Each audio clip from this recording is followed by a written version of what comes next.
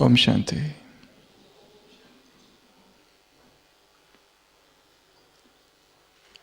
It was 7th June 1893.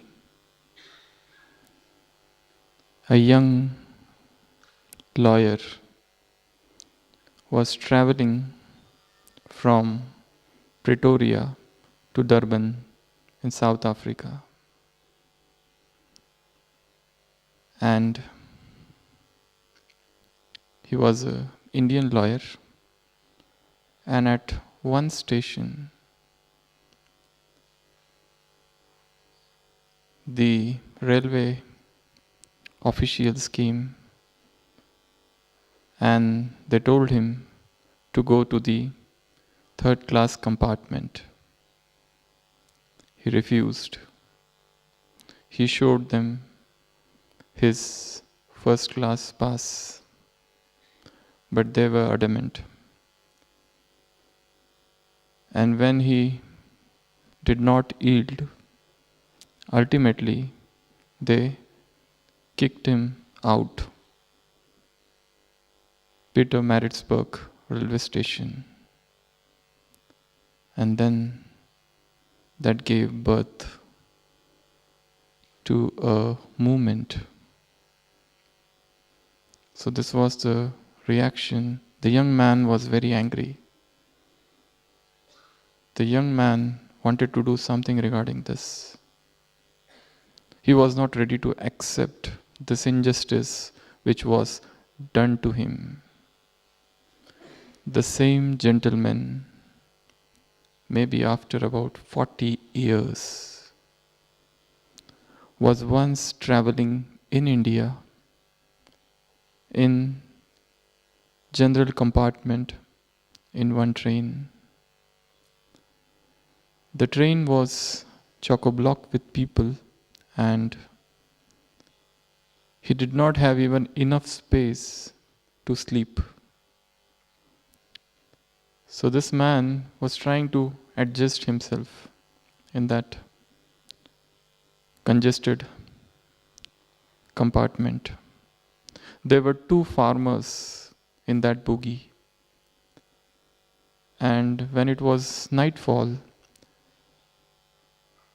suddenly this our young gentleman, now he has become old after 40 years, so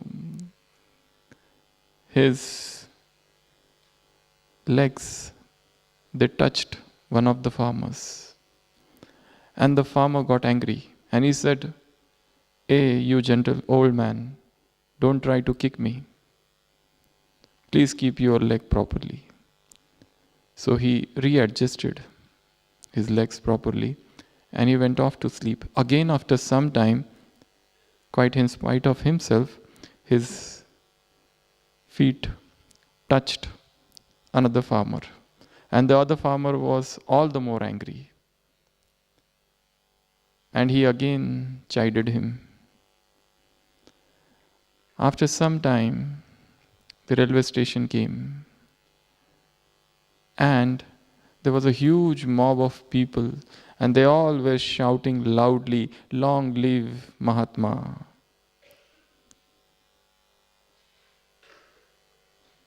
And so on and so forth.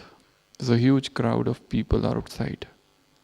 And when they got to know that the Mahatma was in the general compartment, they all rushed towards that compartment. And the two farmers were standing there. And the two farmers were saying, "What Mahatma you are talking of? No great man is inside." But this our old gentleman, he came out. And everybody started garlanding him.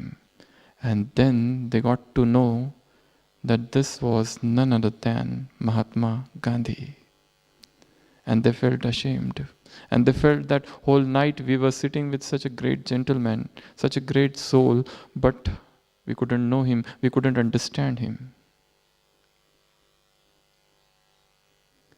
40 years, maybe about 40 years back, the same man was traveling in one train, and he was angry. He couldn't accept the insult. After 40 years, many things happened in his life. He underwent many internal transformations, many internal revolt and movements, many spiritual metamorphoses. And now again he is traveling in the train. But now, this time not in the first class compartment, but in third class compartment. And again, when he was scolded by two farmers, he spent the whole night sitting in that train, rather than causing further inconvenience to those two farmers. There is a difference in the attitude he had 40 years back and now. The walk was same. He was traveling in the train. That time also he was traveling in the train. This time also. But this time, entire internal transformation had occurred. And that's why his reaction was entirely different.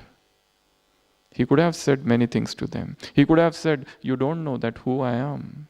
So many people are waiting for me with garlands, and what the whole nation or the world calls me. Probably you are unaware of that." But he didn't say a single word, but rather preferred to spend the night sitting. Chop wood, carry water. What does this Zen proverb mean? A disciple went to the master and said, "I want enlightenment. What should I do?" The master said, "Go and chop wood every day and carry water." The disciple continued for 10 years. After that, he came and he said, "I am not getting any enlightenment. What should I do?" The master said, "Go, chop wood and carry water." He did. Again he came back after 10 years and he said, "Now I have attained enlightenment. Now tell me what I have to do." The master said, "Chop wood and carry water." So this is a famous Zen proverb.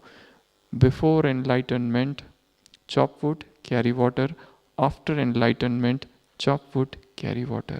Before you achieve the highest knowledge or the highest spiritual experience, you were chopping wood and carrying water. Now you have attained the highest goal of life. But after that also, you are doing the same work. But there is a difference in this chopping wood and carrying water and that chopping wood and carry water. There is a difference in the level of awareness.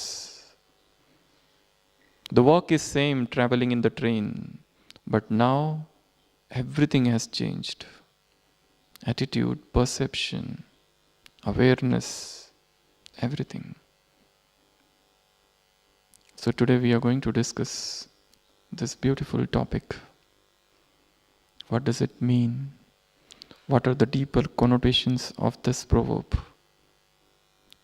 As I said, this is a Zen proverb. Zen originated somewhere in 6th century.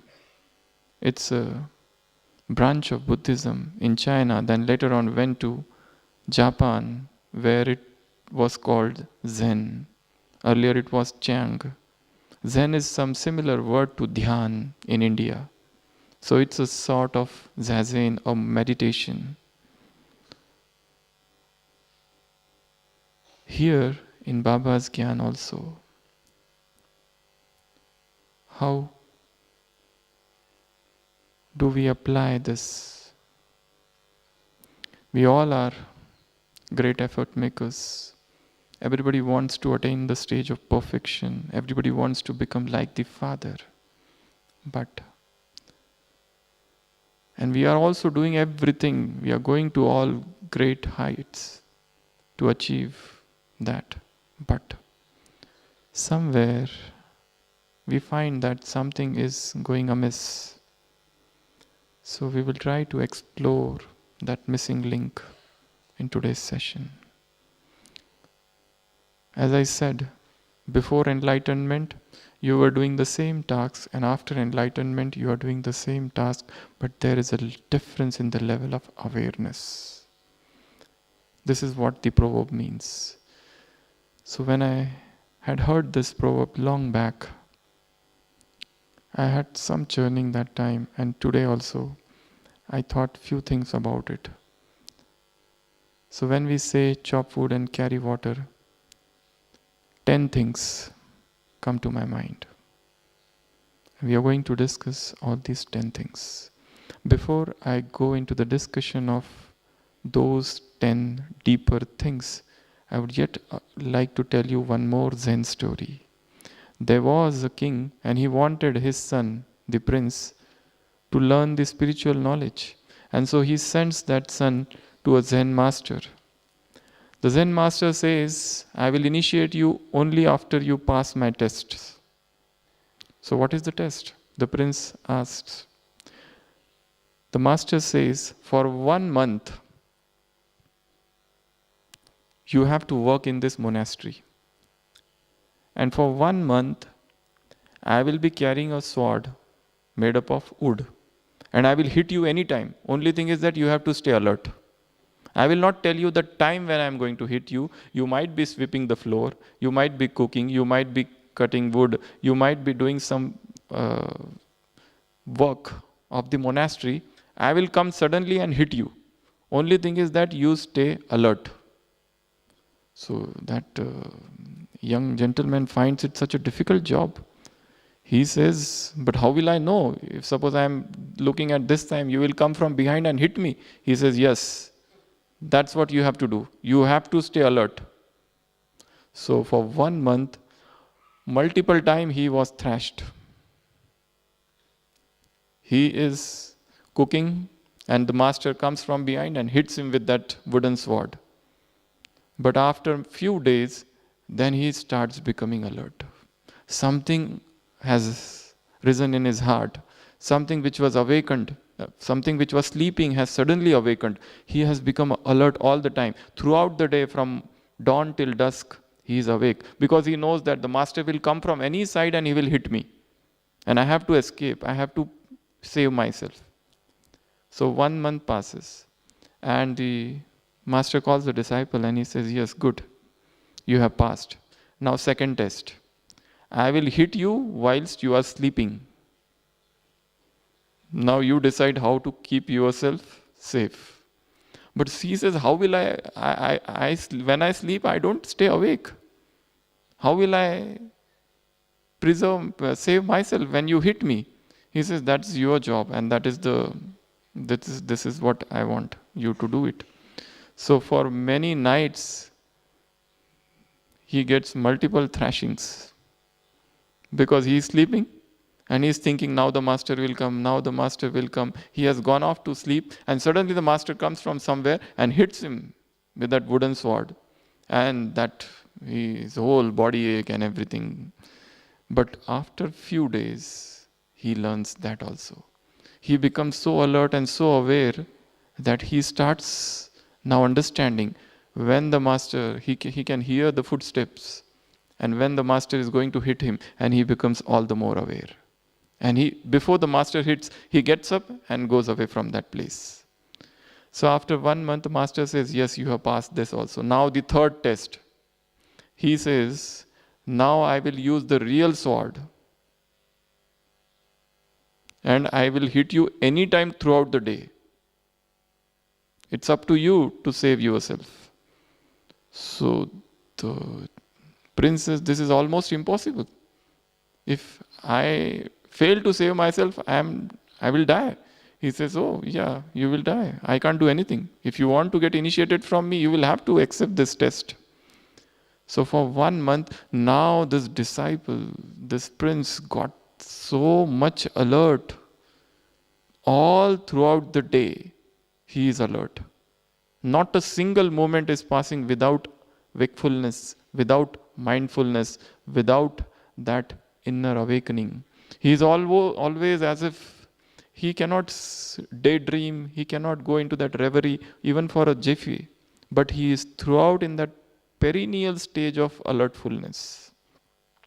So in 1 month he did not get a single blow. And after 1 month, then the master calls him again, come, Now, fourth test. He says, what now? The master said, now I will hit you with this real sword whilst you are sleeping. He says, this is too much. This the master tells him in the morning, and the test is going to occur at night. But the disciple, throughout the day, he sees that in the afternoon the master is sitting behind the tree. And he feels, this master is testing me from last 3-4 months. Let me test him also. Whether he is that much alert. He wants me to remain alert all the time. I want to see. And he takes a sword and he feels, let me also test him. But he is at a distance. The master is sitting here below the tree. And the master turns back and he says, this man has just thought of it. He has not done it. Just thought. The master says, young son, please don't do that. I am very old. Look at my health. Look at my age. Please don't even think of hitting me. I won't be able to tolerate. So the disciple falls at his feet and says, how do you got to know that I thought this? The master says, the power of mindfulness, the power of awakening, the power of alertness. Chop wood and carry water means to stay in that stage of alertness. So out of the 10 meanings, first meaning is mindfulness. Whatever you are doing, do it in an awakened stage. You are doing the smallest of the job, duty, work, seva, service, but don't fall off to sleep. Don't go into that stage of daydreaming or slumber, but remain awake. You are drinking water. Drink with that awareness that I am drinking water. You are eating food. Don't fall off to sleep, but eat with that awareness what I am eating. And do only that thing. Whilst you are walking, just walk. Whilst now you are sitting here, only sit. Don't go anywhere. Don't tour around the world. Don't go to your office, to your home, to your center, to your family. Nowhere. Whilst you sit and hear, just sit and just listen. Nothing else. Bring that alertness, bring that awakening within you in all the small chores of life, daily routine activities. Whilst you are speaking, you are just speaking and nothing else. Total awakening, total mindfulness, no other work, only one thing you are doing. Then you start imbibing things. You know why we commit mistakes in life? Why do we break Srimad? Because those are those moments of life where we enter into that daydreaming or sleep. A state of oblivion, a state of forgetfulness. How to achieve a bigger remembrance? The step is smaller remembrance. Like when you get angry, you require a bigger awakening there, because in the stage of awakening you can't become angry. But the very fact that you are getting irritated, peevish, you are getting angry with somebody, you are scolding somebody, suddenly the tone of your voice is going much, or suddenly there is an onslaught of passion or greed or some inner stirring or inner re-emergence of some old sanskar. That is the stage of oblivion, forgetfulness. But for that, a bigger remembrance is necessary. But how do we do that bigger remembrance? The step is to start with small. Start staying awake. Whilst you are going to sleep, only go to sleep and nothing else. When you give class, only give class and nothing else. When you listen to class, only listen class. When you sit in meditation, only sit in meditation and nothing else. That inner silence, that inner sense of awakening, that you are awake all the time. All have you ever seen any man falling down when he is totally awake? If there is a ditch on the road and the person deliberately goes and falls into it, it's not possible. Only when that man becomes drowsy, delirious, or he is groggy, that time only he will fall. Or he becomes sleepy, that time, otherwise he will not. So start small. This is the smaller steps. Awakening. Small awakenings. Alertfulness, mindfulness, wakefulness, Jagran. So that is the meaning of chop wood and carry water. And give full attention to the smallest of the thing you are doing. Because what we do is, whilst we are doing something, now you are sitting in the class, probably you are thinking of what you have to do after 7:30. You are not here, but somewhere else. Try to be there where you are. So that hurried pace of life which is going on, we are running and running and rushing, and we don't know where we are rushing and what we want and what is the goal. If you look at the lives of some of the BKs, they are rushing from morn till dusk. Just rushing, planning and rushing. Do everything. I'm not telling you to give up doing things, to give up work, service. Chop wood, carry water doesn't mean to go and become a sannyasi and sit on the top of some mountain and renounce the world. No, whilst you are in the world, but not of the world. You are in the world doing everything. That job may be just sweeping the floor, but you are in the highest stage of meditation. Baba has said, Avyakta Bab Dada has said in many of the Murlis, your seva might be sadharan, ordinary, but your sthiti should be extraordinary. I remember one of the doctors who comes in medical conference often, he is a very senior, Dr. Srikhande. He had said once, he narrated his experience. He is a world-renowned surgeon, just like Dr. Ashok Mehta. He had said, when he was a young doctor, his teacher had told him, be an extraordinary surgeon to ordinary people.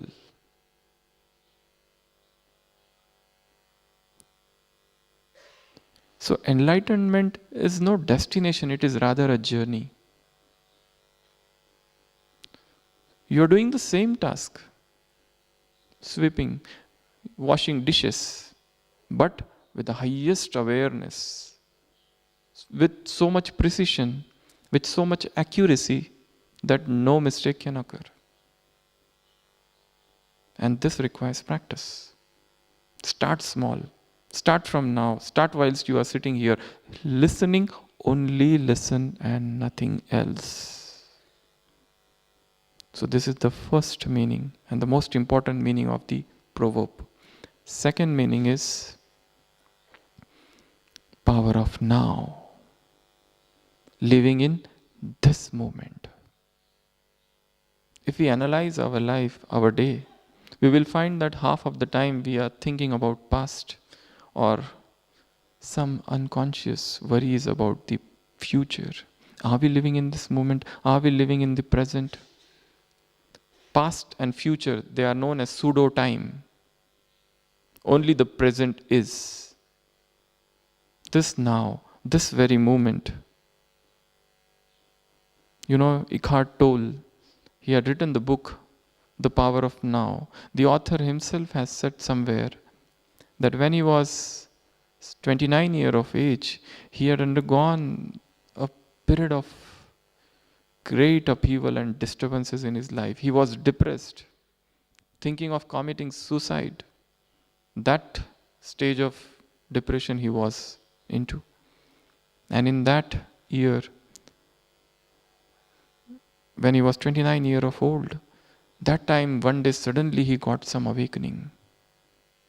Suddenly he got some internal realization, internal deep revelation, some deep divine spiritual experience.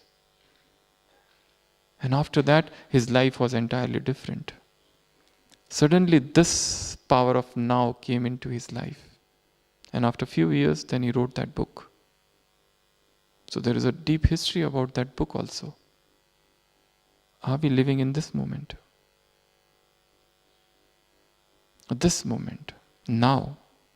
Not thinking what I am going to eat, not thinking what is going to happen tomorrow, not thinking what will happen to my children.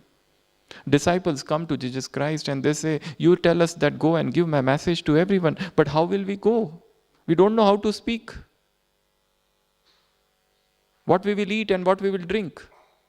And Jesus tells them, seek ye first the kingdom of God and his righteousness, and all these things shall be added unto it. They asked Jesus, you tell us to go and preach. You tell us to go your message to each and every corner of this world. But how will we speak? We don't know how to deliver speeches. The answer is, you just go and stand. It shall be given unto you at that hour. What to speak and what not to speak. How to give message. It shall be given unto you at that hour. Don't keep on thinking too much about things. This overthinking is a psychological disorder. Person keeps on thinking and thinking and thinking and thinking. A small thing happens in life and you don't leave that thing. You hold it on and you keep on thinking and stretching it for years together. Same talks, same conversations, still going on. Living in this moment, living in the present, believing in the power of now. This is what is chop wood, carry water. It is waste of time to brood over your past. One of the characters, Khakol, says in Maxim Gorky's book, Mother, it is waste of time to brood over your past. You keep on thinking about time, what has happened in the past. But in one of the Avyakta Murali's, Bab Dada has said, it is waste of time to repent. Don't spend too much time in repentance also. Okay, you did some mistake, you repented for it. But now, you have to learn from it and go ahead. Don't spend your time, so much time, just on repentance, on pashyatap. Learn what you want to learn from that thing and go ahead. Don't stop anywhere. So, living in this moment. This is the second meaning. The third meaning of the proverb is to stay independent. Let me chop my own wood and let me carry my own water. I don't want somebody else to come and help me. I don't have expectations from others that they will come and they will fill water for me, they will carry water for me. No, I am self-reliant. Baba has always said in many of the Avyakta Murlis, get rid of all sorts of dependencies.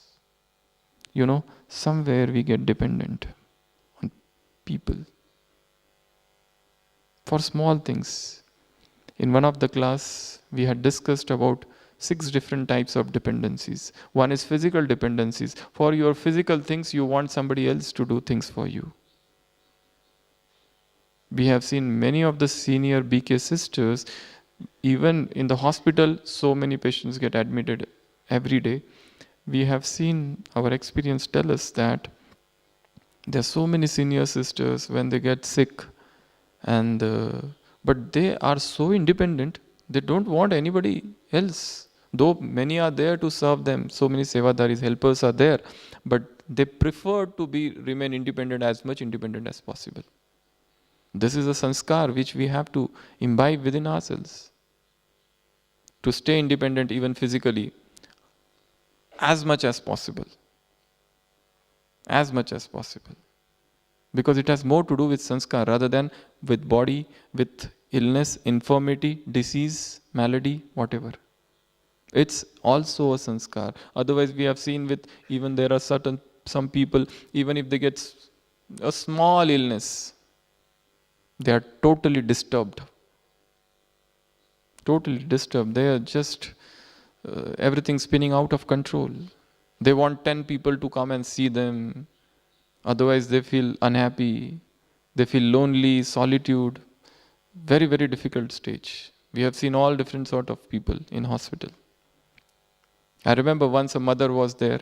Once a brother was there from somewhere, sort of VIP, and he came to us. He said, "Please admit me." I said, "What are the complaints?" He said, "Nothing. I'm feeling feverish." But we said, "You don't require admission." He said, "Please admit me. I am feverish." So okay, we admitted him. And after some time, one mother came who was working in Pandav Bhavan. She was having 104 temperature. We said, "You require immediate admission." She said, "No, I can't, because I have come for Baba's service. I don't want to spend my time in hospital. I am here for service. I don't want to waste my time there." We said, "But you are shivering. You need admission." And so we forcefully admitted her. But she said, "I don't have any money." We said, "We will manage. You just get admitted." So she got admitted in general ward along with many different patients, and the other brother got admitted in the special room. So when we went and saw, all the reports of the brother are normal, and he said, "But I am not feeling well at all. Do my further test, these test and that test." So we did everything was normal. And he was discharged. We went and saw that mother.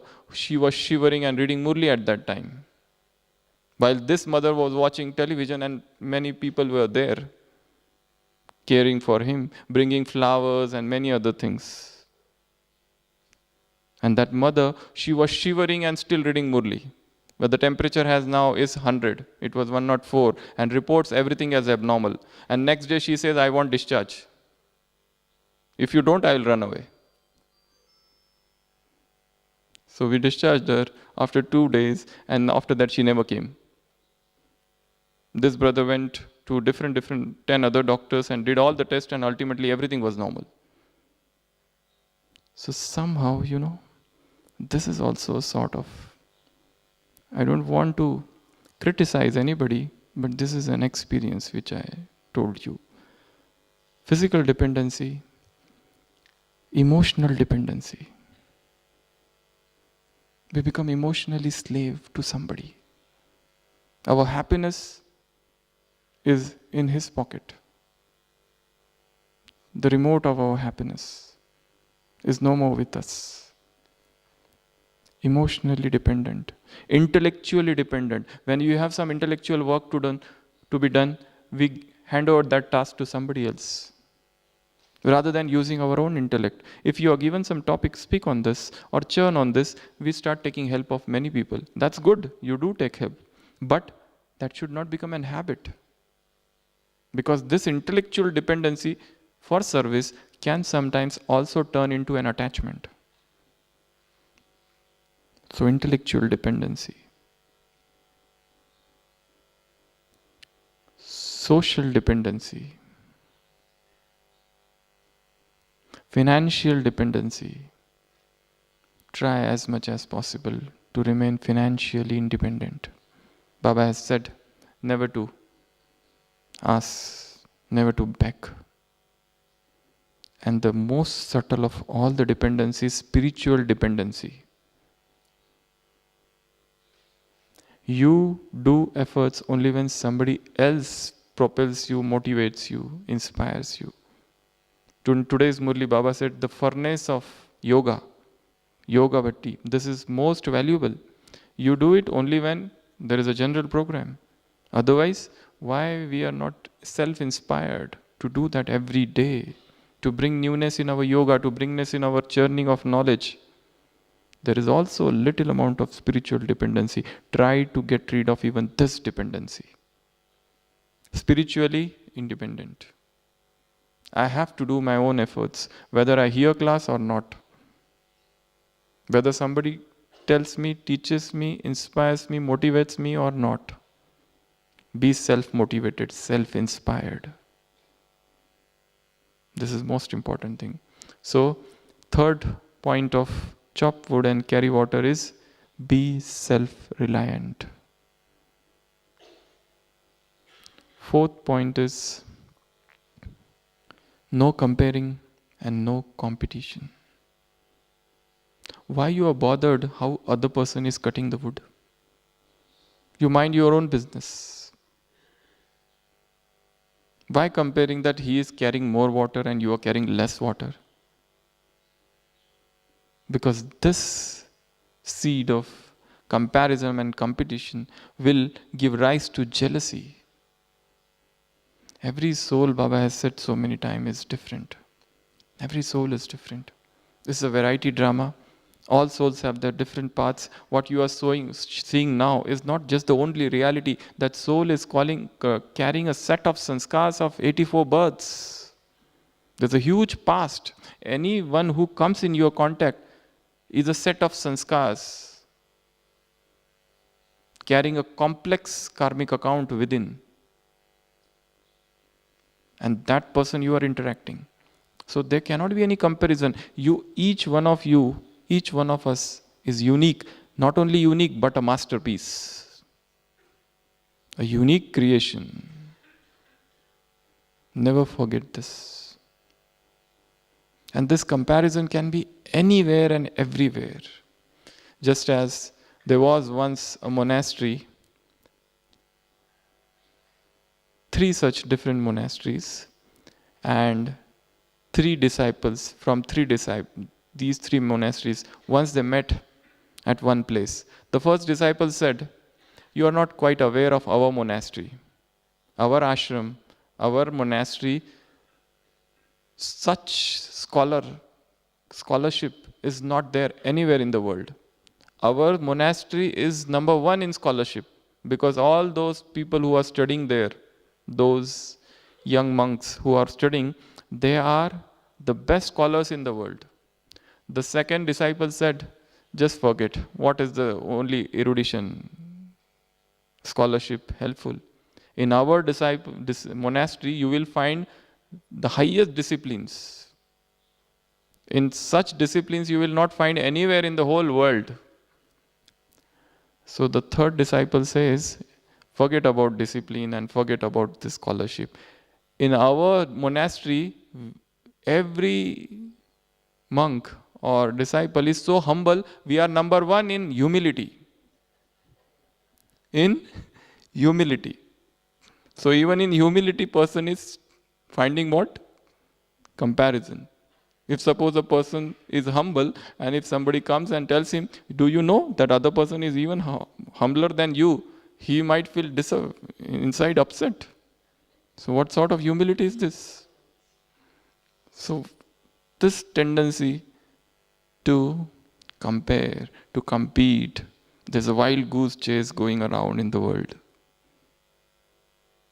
Everyone is unique, everyone is masterpiece, everyone's disease is different, everyone is reward, prarabdha, different, everyone's karmic accounts are different, everyone's speciality is different. Every soul is having different sanskars, different intellect, virtues, weaknesses, faults, failings, imperfections. Everything is different. So there cannot be any comparison. Yes, you can learn from them. Yes, you can emulate them. Yes, you can take some good points from their life. But that doesn't mean that when you see somebody going ahead of you, or somebody is more virtuous, and you get that deep feeling of jealousy within, and then you compete. No, this is not we are for here. So the fourth meaning is, you cut your own wood, you carry your own water. Don't compare who is carrying whom, who is carrying how much. Fifth meaning is doing one thing at a time.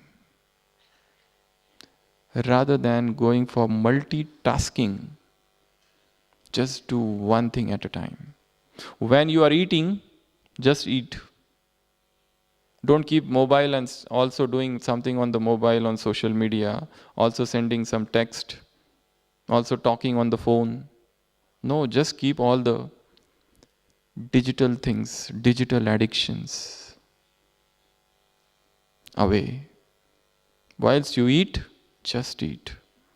Whilst you are talking, just talk. Whilst you are going alone somewhere, just walk alone. Seek the company of nature. Seek solitude, seek silence. Silence doesn't mean just to keep mum, but internally also you are silent. Solitude doesn't mean that nobody is around, but solitude is internal solitude. Eckhart, uh, Saint Eckhart, not the Eckhart Tolle, but the Mr. Eckhart, who was a German mystic. It's one event in his life. Once he was sitting all alone in jungle, and few of his friends were going by that way, and they thought this Eckhart is alone. Let us give him company. So they came to him and they start talking. And whilst talking, they said, "We thought you are alone, you are in solitude. We have come to give you company." He said, "I was enjoying the company of the Supreme. After you came, now I have got away from my solitude. Now I am feeling lonely when you came." So, whilst in solitude, be in solitude. Go to nature. You have such a pacific, beautiful environment of Gyan Sarovar here. Sit somewhere and hear the chirping of the birds. Sit somewhere and listen to the sibilance of night. Listen to what the nature is saying. And in that stillness, in that silence, in that perfect soundlessness, some chords are touched. And you listen the voice of your own soul. That spiritual inner symphony. So, when you get up, just get up. Don't rush, don't hurry, don't see the watch. Oh, I am late again. Slowly, calmly, silently, unhurried pace. While sitting in Baba's room, just with him, just talk with him. Shut out all other things. Whilst you go away, whilst you work, you are doing some service, focus only on that service and forget everything. As if all other things don't exist. Only this, at this moment, in this moment lies the eternity. This is the final moment, as if you pour yourself into that work, into that service, into that seva. And the moment you finish it, get detached. Just as in today's blessing, what Baba said, you have to do spiritual exercise. Spiritual exercise means at one moment you are in incorporeal stage. Another moment you are in avyakta stage, angelic stage. At third moment, you have suddenly become world server. And then you have become a karma yogi. Keep on doing this test, and then all the burden which is there on your chest will be relieved. Keep on practicing this drill. So at one moment, you were doing yoga, now come out from there and do something else. And whilst doing this, pour your heart into that.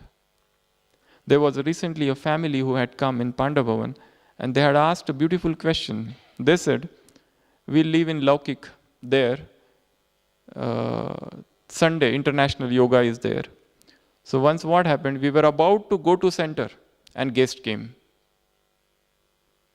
We were about to go to center to do international yoga on Sunday, and some old friends who are not in Gyan, they came.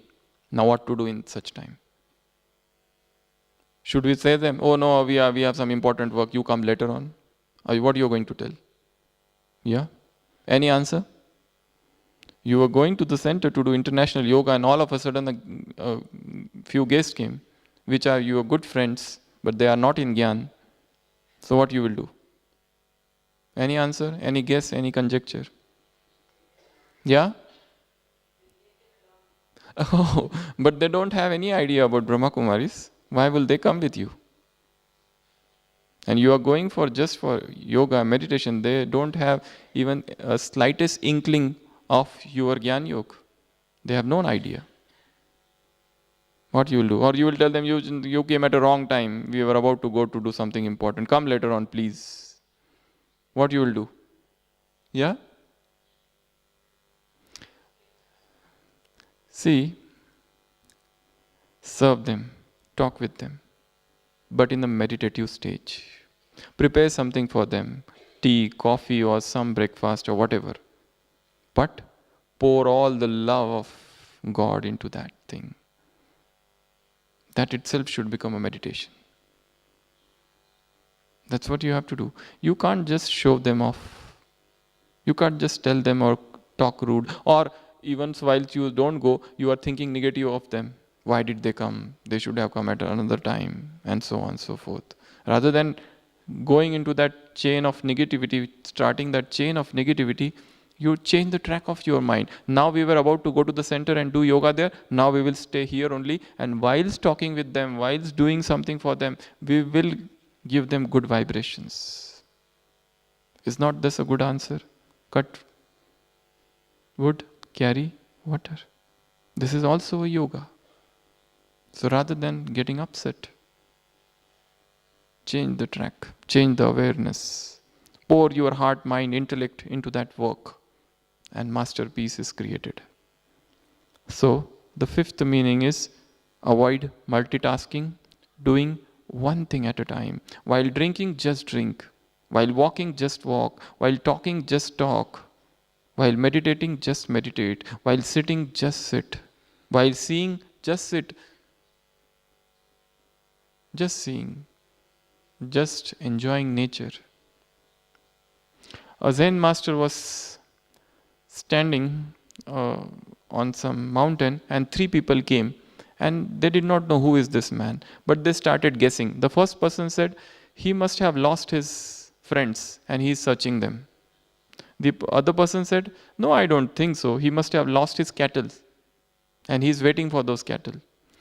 The third person said, no, I don't think, I think he is meditating. So they have 3 different opinions about the person who is sitting on the top of the hill. So they ultimately decide, let us go and ask him. So they ask him, what are you doing? The first one said, I think you are waiting for your friends. Have you lost your friends? He says, no, I don't have any friends. The second person says, I said no. He must be looking for his cattle. So he says, I have not lost any cattle. The third person says, you must be meditating. He says, I am not meditating at all. Then what are you doing? He said, I was just watching. That's it. I am not doing anything. It is by doing only all the disturbances has been created. You have been doing something or other all the time. Now stop doing and be still and know that I am God. The journey is within, not outside. It's by doing only you have gone away from yourself. Now go within. So these are the 5 meanings of chop wood and carry water. I'll revise once more. First, mindfulness, wakefulness, alertness, inner awakening. Everything do in that stage of alertness. Second meaning? Yeah? What is the second meaning? Power of now, in this moment. Third meaning? Independent, self-reliant. Fourth meaning? No competition, no comparison, no racing that way. And fifth meaning is just doing one thing at a time. So these are the 5 important meanings. 5 more. I think those other 5 meanings you all know, and you might be getting classes on those things in Murali's, and here many of the speakers would speak about them. The rest of the 5 meanings are: first, soul consciousness. Whilst you are cutting wood and carrying water, be soul conscious. Whilst doing the smallest of the job, soul conscious. You are taking bath, be soul conscious. You are looking in the mirror, be soul conscious. You are seeing everybody, be soul conscious. In tomorrow's Murali, Sunday's Avyakta Murali, Baba has said beautiful directions. He said for Kumar, for those who are brothers, brothers are Mahavir. And when they look at sisters, they should look at them not as sister or mother, but just as Shiv Shakti. Because some mischievousness can occur in the relation of brother and sister also. And for sisters, Baba said, think of yourself as Shiv Shakti. And look at brothers as Mahavir. Mahavir means the one who has burnt Lanka. And before burning Lanka, he has to burn the progeny of Ravan, which are within. So, Mahavir belongs to Ram and Shakti belongs to Shiva. Transform the vision, transform the attitude.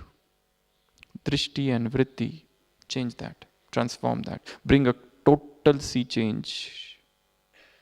So chop wood and carry water means whilst I chop wood and whilst I carry water, I am soul conscious. I am situated in that awareness, who I am, what I am. Sixth meaning. Seventh meaning, remembrance. Whilst you are chopping wood and whilst you are carrying water, you are in very subtle remembrance of Baba. Today's Murali Baba said, you don't have to just chant or croon Shiva, Shiva, Shiva in physical manner or even in a subtle manner. No. This is not. This is a japa jap.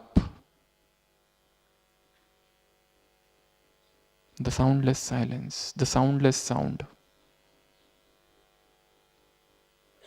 So, doing the smallest of the job, smallest of the task, smallest of the action, duty, seva, service in his remembrance. That is the seventh meaning of chop wood, carry water. Next is everything do as per Srimad. Check whether it is Srimad, Manmat or Parmat. You not need to segregate these things. This is Srimad, this is Manmat and this is Parmat. This is Srimad. Srimad says this. Manmat says do this, do that. Whenever you go and follow the bidings of your Manmat, you fall into ditch. Whenever you listen to Parmat, you lose your way. The art of Brahmin life is art of segregation of Manmat, Parmat and Srimad. Just segregate these three things.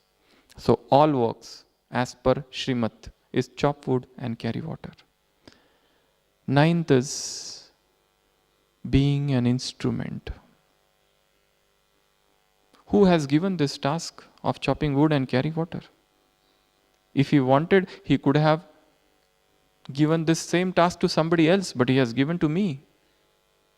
You know, in India, there was a very, very great singer, one of his type, Muhammad Rafi. You must have heard of him. His voice is melodious, probably unparalleled in the world.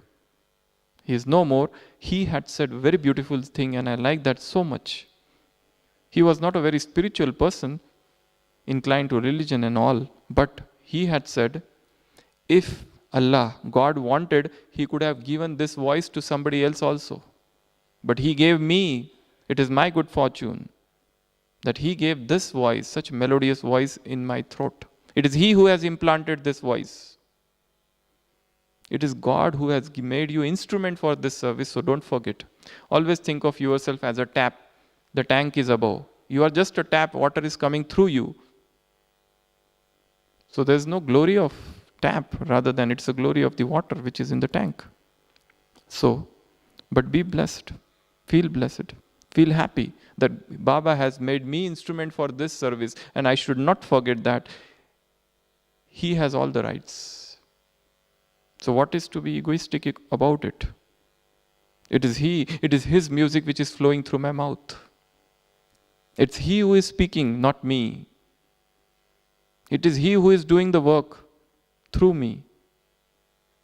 It is who is guiding me, propelling me, stimulating me, giving me new ideas and everything for this yajna, whatever I am doing, that is His inspiration and nothing is mine. We live, we move and have our being in Him. So, instrument. And the 10th meaning of the proverb is selflessness. Be as much selfish as possible. We don't covet name, fame and glory. All glory belongs to Him. We are not desirous of the ephemeral pleasures of this world. We don't want transitory prestige, name, here. My kingdom is not of this world. In Bible says, my kingdom is not of this world. Our kingdom is not of this world. Baba said in yesterday's Murli, be complete beggar. Don't remain attached to anything of this world. Vanity of vanity, all is vanity here. Nothing is going to stay here. Everything is impermanent. Childhood, youth, everything. Old age, death, everything. Nothing is permanent here. So, as much selflessness as possible, as much selfless as possible in all the tasks. That amount of selfishness, whenever that will come, that will make you bigoted, that will make you small. So, these are the 5 important things about chop wood and carry water. First, soul consciousness. Smallest of the task, do with self-consciousness. 2, remembrance of Baba. Beginning any task, ask him. This is a very good habit. Ask him, wherever you are, just in 1 second ask him. Third is Srimat.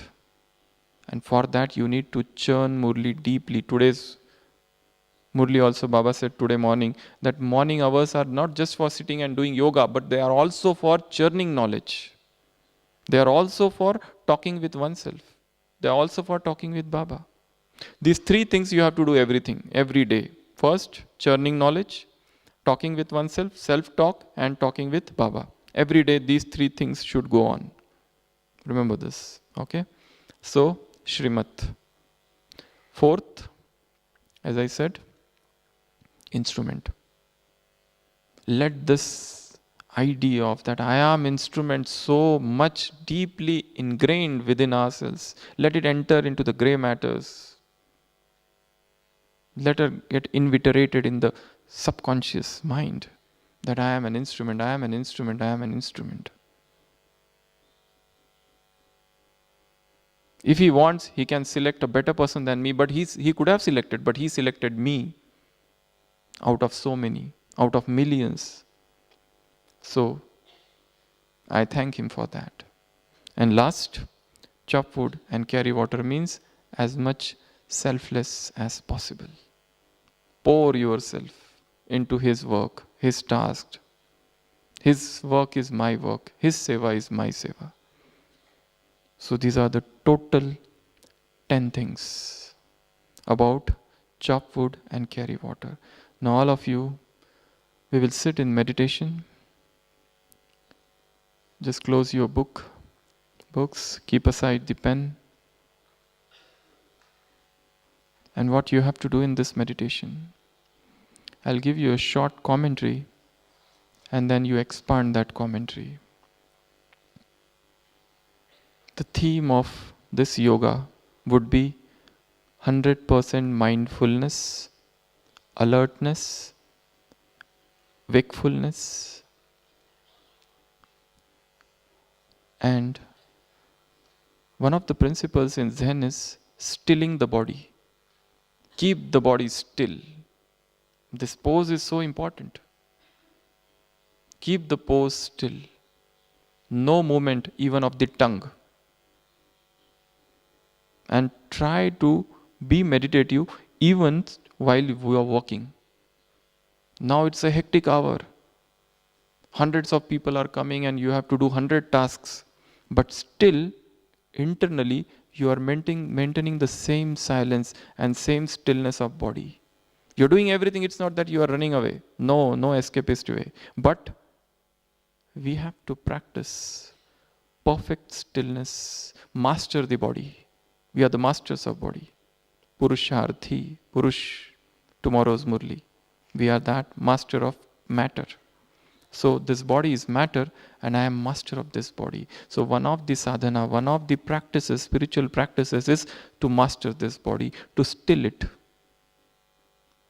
To have a powerful pose. Okay, that may be, you can sit as comfortably as possible, but be still. Once the finger is here, let it be here only. Let it not move. And then see what force, what energy that moves in the body, what consciousness gets awakened all of a sudden, in spite of you. Okay, so let's move. Red light.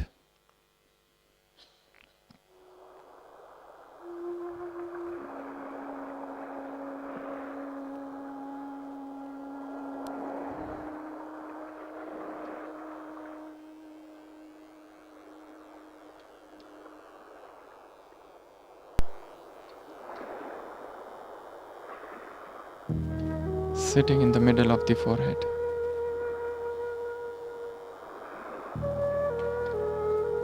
I am a luminous point of light, radiant, sparkling,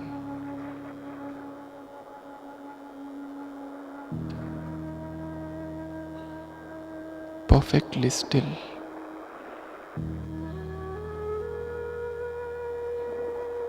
Complete silence.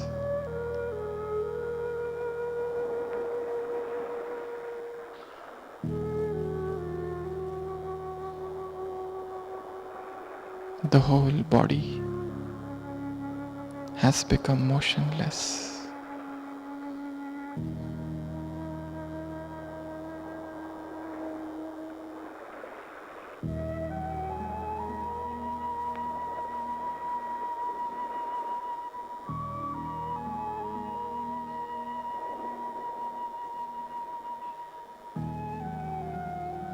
I am aware of myself.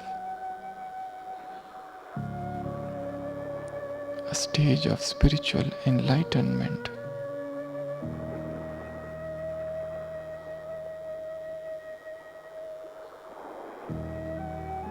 Complete awakening.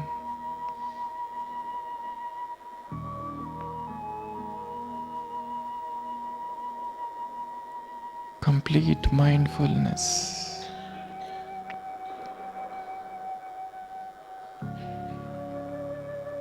I am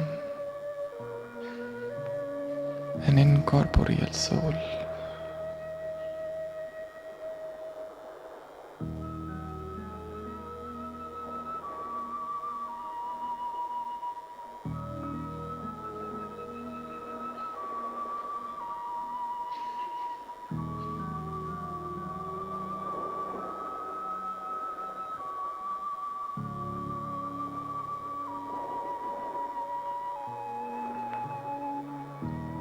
Now I drop this body here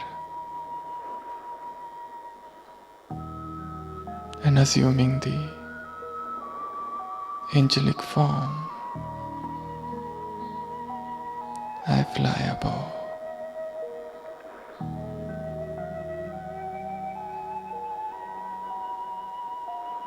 Far above, beyond this temporal world.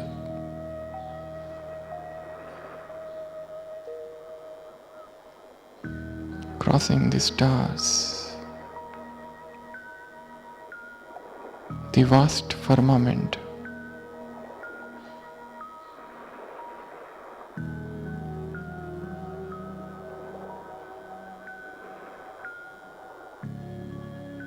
amidst clouds. I am an angel of light.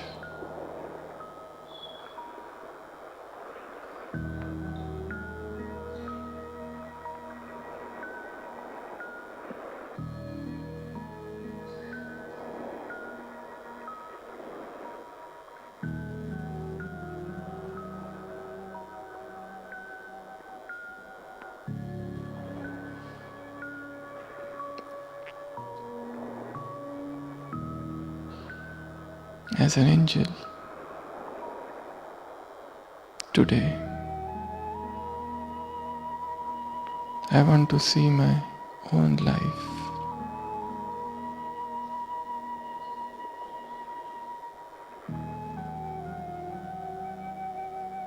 my own awareness.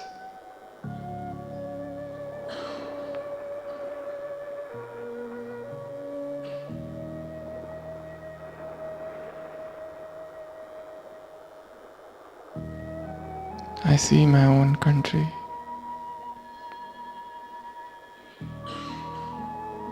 And I go down.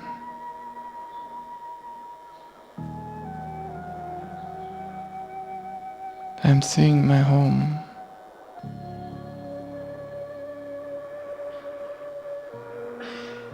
My family members.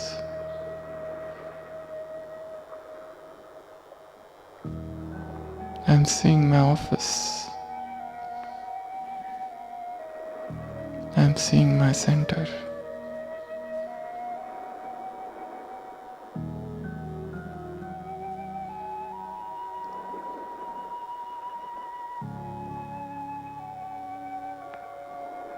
And now I'm seeing my thoughts, my words, and my actions.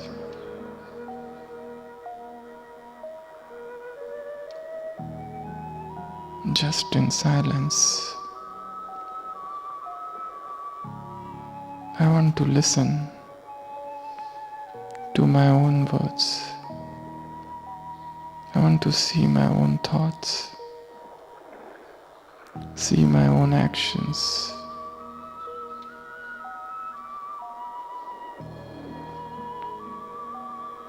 And then decide, how can I bring more awareness, more mindfulness, more focus, more power of now, soul consciousness, Baba's remembrance, Srimad, instrument, nature, and selflessness in all my thoughts, words, and deeds. For next 20 minutes now, just see yourself from morning till night, what you do at your home, in your workplace, in your center, whilst you are alone, whilst in some meeting, as an angel of God. Watch your own self and then think, how can I bring more alertness in all my life? So let's begin this journey with complete silence.